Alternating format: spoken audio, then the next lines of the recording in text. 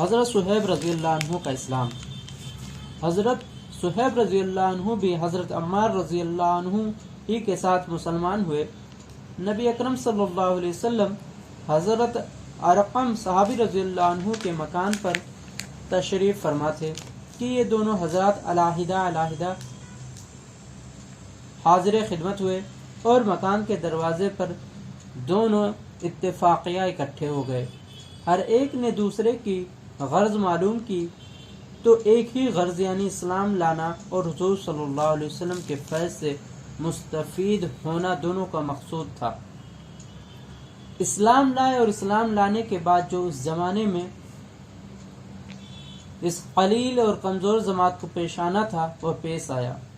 ہر طرح سے ستائے گئے، تکلیفیں پہنچائی گئیں۔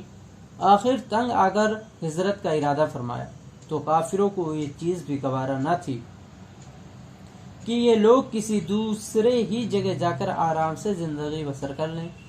اس لیے جس کسی کی ہجرت کا حال معلوم ہو جاتا تھا اس کو پکڑنے کی کوشش کرتے تھے کہ تکلیف سے نجات نہ پا سکے۔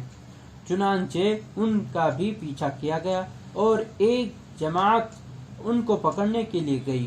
انہوں نے اپنا ترکش سنبھالا جس میں تیر تھے اور ان لوگوں سے کہا، دیکھو تمہیں معلوم ہے کہ میں سب سے زیادہ تیر انداز ہوں۔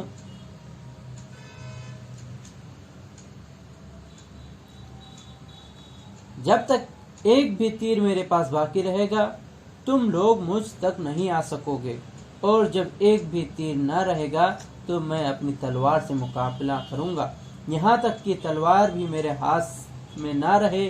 اس کے بعد جو تم سے ہو سکے کرنا۔ اس لیے اگر تم چاہو تو اپنی جان کے بدلے میں اپنے مال کا پتہ بتلا سکتا ہوں جو مکہ میں ہے، اور 2 باندیاں بھی ہیں، وہ سب تم لے لو۔ اس پر وہ لوگ راضی ہو گئے اور اپنا مال دے کر جان چھڑائی۔ اسی بارے میں آیت پاک وَمِنَ النَّاسِ مَن يَشْرِ نَفْسَهُ ابْتِغَاءَ مَرْضَاتِ اللَّهِ وَاللَّهُ رَءُوفٌ بِالْعِبَادِ سورہ بقرہ نازل ہوئی۔ ترجمہ ہے جس کا، بعض لوگ ایسے ہیں جو اللہ کی رضا کے واسطے اپنی جان کو خرید لیتے ہیں اور اللہ تعالی بندوں پر مہربان ہے۔ حضور صلی اللہ علیہ وسلم اس وقت قباء میں تشریف فرما تھے۔ صورت دیکھ کر ارشاد فرمائے کہ نفع کی تجارت کی۔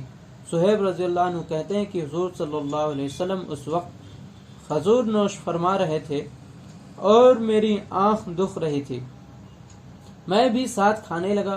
حضور صلی اللہ علیہ وسلم نے فرمایا کہ آنکھ دکھ رہی ہے اور کھجور کھاتے ہو؟ میں نے عرض کیا کہ حضور اس آنکھ کی طرف سے کھاتا ہوں جو تندرست ہے۔ حضور صلی اللہ علیہ وسلم یہ جواب سن کر ہنس پڑے۔ حضرت صہیب رضی اللہ عنہ بڑے ہی خرچ کرنے والے تھے، حتیٰ کہ حضرت عمر رضی اللہ عنہ نے ان سے فرمایا کہ تم فضول خرچی کرتے ہو۔